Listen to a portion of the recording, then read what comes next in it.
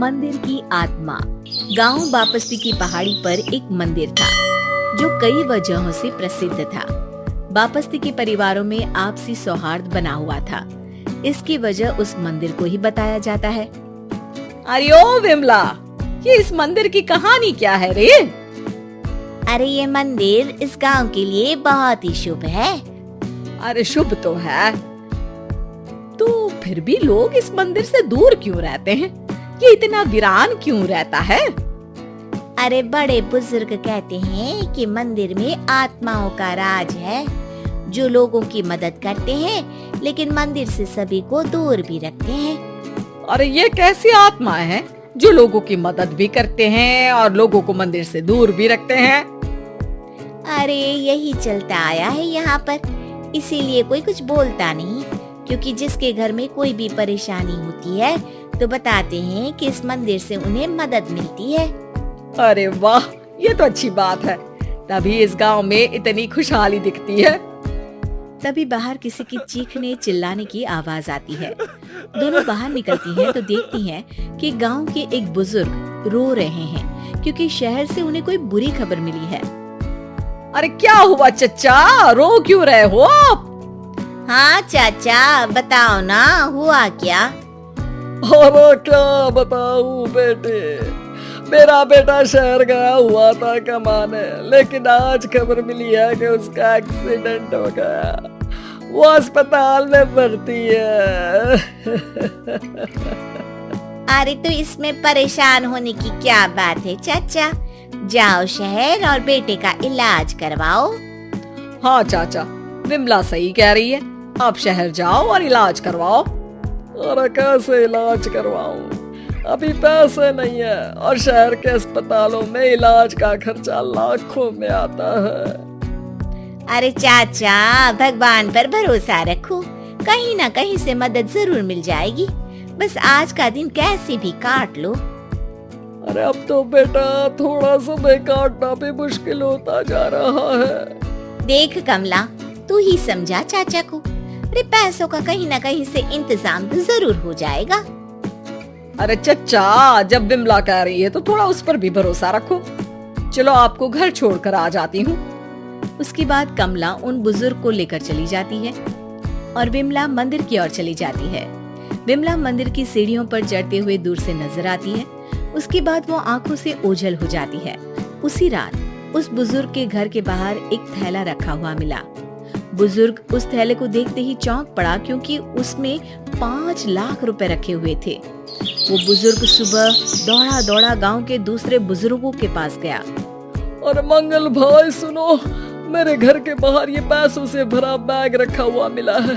अरे किसका है ये भाई? अरे भैया, मुझे क्या पता। तभी उधर से कमला और विमला निकलती हैं। अरे बेटा सुन तो, देख ये क्या रखा हुआ था मेरे घर के सामने। कमला और विमला हैरानी से देखती हैं।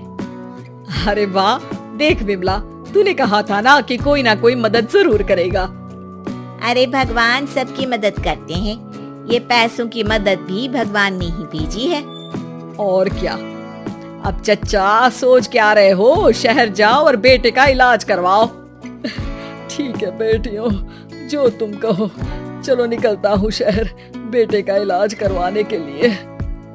अरे विमला, एक बात तो बता, ये इन्हें मिले तो कैसे मिले पैसे? अरे मैं ना कहती थी कि ये मंदिर सबकी मुसीबतों में मदद भेजता है। अरे वाकई बड़ी पुण्य आत्मा है मंदिर में। सो तो है, लेकिन उनके बारे में लोगों को कम ही पता है। अच्छा, और तुम्हें क्या पता है? जितना पता था वो तो बता दिया। ना रे ना, मैं नहीं मानती, तू कुछ तो छिपा रही है। अरे कुछ ना छिपा रही, जो पता था वो बता दिया। मंदिर से लोगों को मदद मिलती है, बस इतना ही पता है। ठीक है बाबा, अब नहीं पूछूंगी। इसके बाद उसी रात कमला चुपचाप अपने कमरे से निकलती है और मंदिर की ओर चल पड़ती है। कमला धीरे धीरे मंदिर के दरवाजे पर पहुंचती है। अंदर से हल्की हल्की रोशनी आ रही थी। इसके बाद जो वो देखती है वो हैरान रह जाती है। कमला इसके बाद तेजी से वापस लौट आती है। दूसरे दिन सुबह सुबह अरे विमला, तू तो छिपी रुस्तम निकली। हैं? ऐसा क्या छिपा लिया मैंने? अरे तुमने तो भनक ही नहीं लगने दी और चाचा की मदद भी कर दी। हैं? ये क्या कह रही हो? ऐसा कैसे कह सकती हो तुम? मैंने कोई मदद नहीं की। अरे सब पता है मुझे, कल रात मैं गई थी मंदिर। तो क्या देखा? अरे तुम्हारा पति और कुछ लोग वहाँ दिखे, बोरियों में नोट भरे हुए थे और सभी नोट गिनने में लगे हुए थे। तो तुम्हें क्या लगा? वो क्या कर रहे थे? अरे मैं समझ गई कि वो लोग कहीं से डकैती कर पैसे लेकर यहाँ मंदिर के पीछे छिपाते हैं। अब जब तुम जान ही गई हो तो बता देती हूँ, लेकिन ये बात किसी को पता नहीं लगनी चाहिए। मेरे पति डकैती नहीं डालते हैं, बस उन लोगों से पैसे छीनते हैं जिन्होंने गलत तरीके से पैसे बनाए हैं। और फिर लोगों की मदद करते हैं। यही है वो पुण्य आत्माएं जो लोगों को मदद पहुंचाती है। अब समझी? हाँ, अब समझी हूँ पुण्य आत्माओं का चक्कर। सही है। करते रहो मदद, लेकिन सावधानी से, मेरी तरह कोई और ना पहुंच जाए।